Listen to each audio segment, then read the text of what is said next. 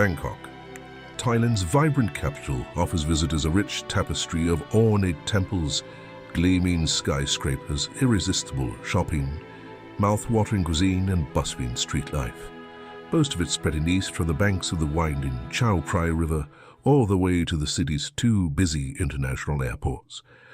What most people don't know is that Bangkok actually started out on the other side of the river, along a stretch that today is little more than a congested canal. If you want to go back to where Bangkok began, you need to cross the river and venture west, deep into a part of the city called Thonburi, to this meandering clong.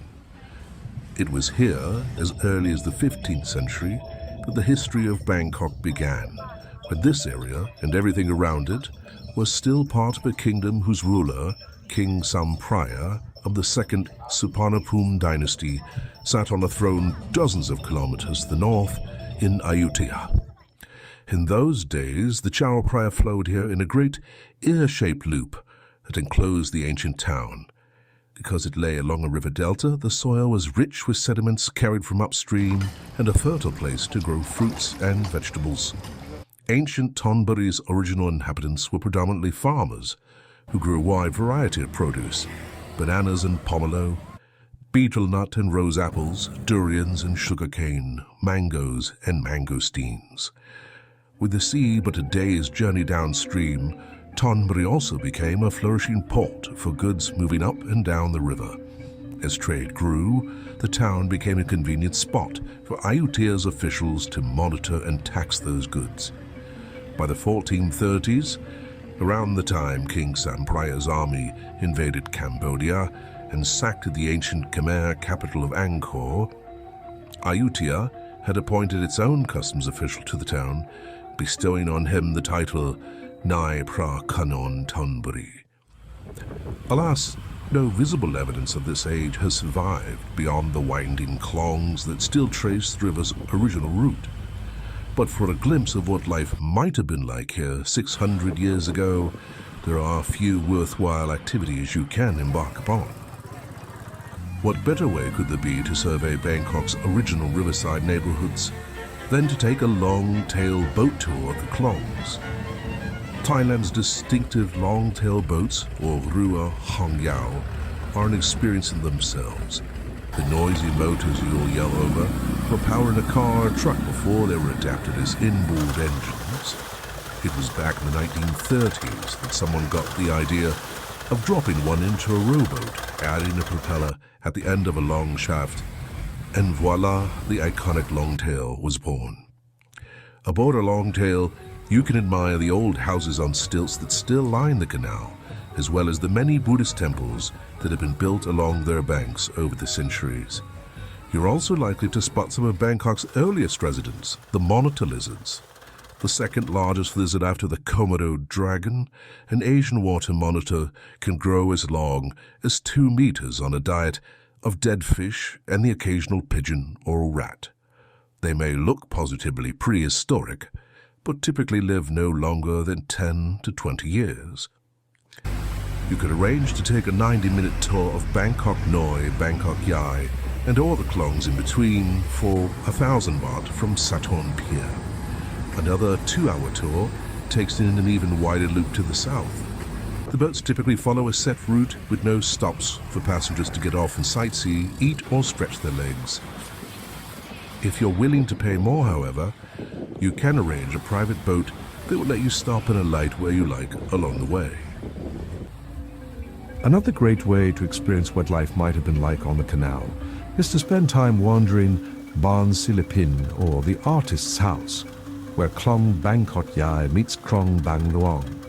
This wooden house is said to be over 150 years old, and now houses a gallery cum artist commune, cafe, and cultural center. You can sit, sip a coffee, and soak up the vibe while admiring the art. Or take up paper and brush and have a go at creating your own masterpiece. You could also just buy some pellets and sit feeding the Klong's very sleek and very fat fish.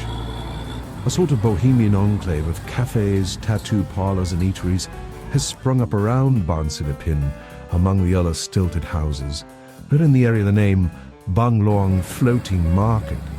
It sits over water, but floating, well, no. Several kilometers upstream, you can find another so-called floating market at Taling Chan.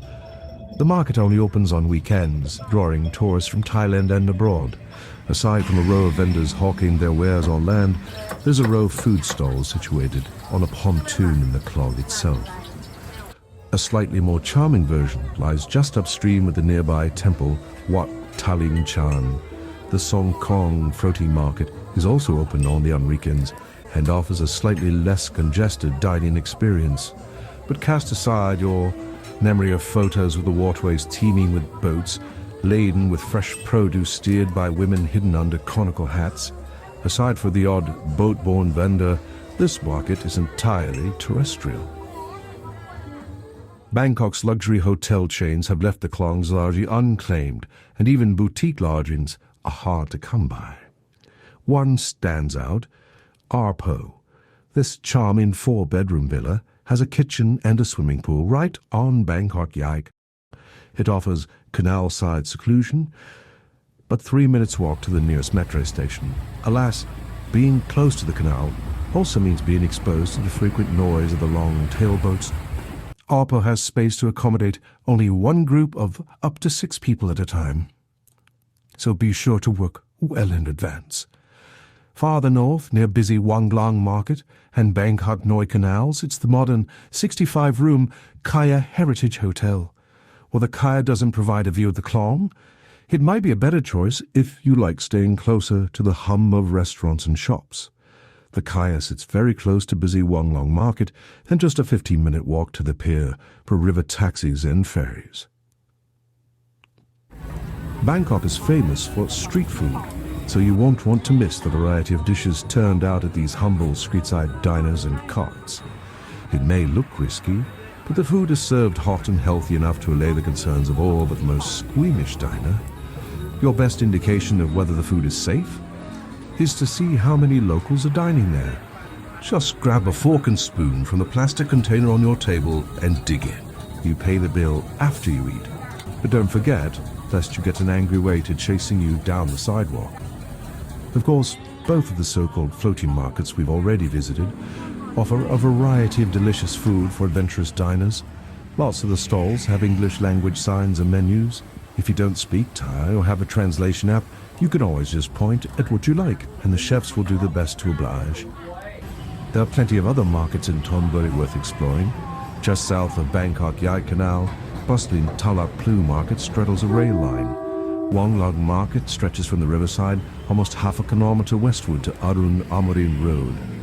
Slightly farther west you'll find Pronok Market with its own assortment of street food sold amid the fresh meat and produce. For a delicious smorgasbord of southern Thai favorites, stop in at the Rum Thai restaurant just 10 minutes walk from Pronok Pier on the Chao Phraya. Dishes at this casual diner are prepared in advance and served up from chafing dishes. Just point at anything that looks tasty, sit down and dig in.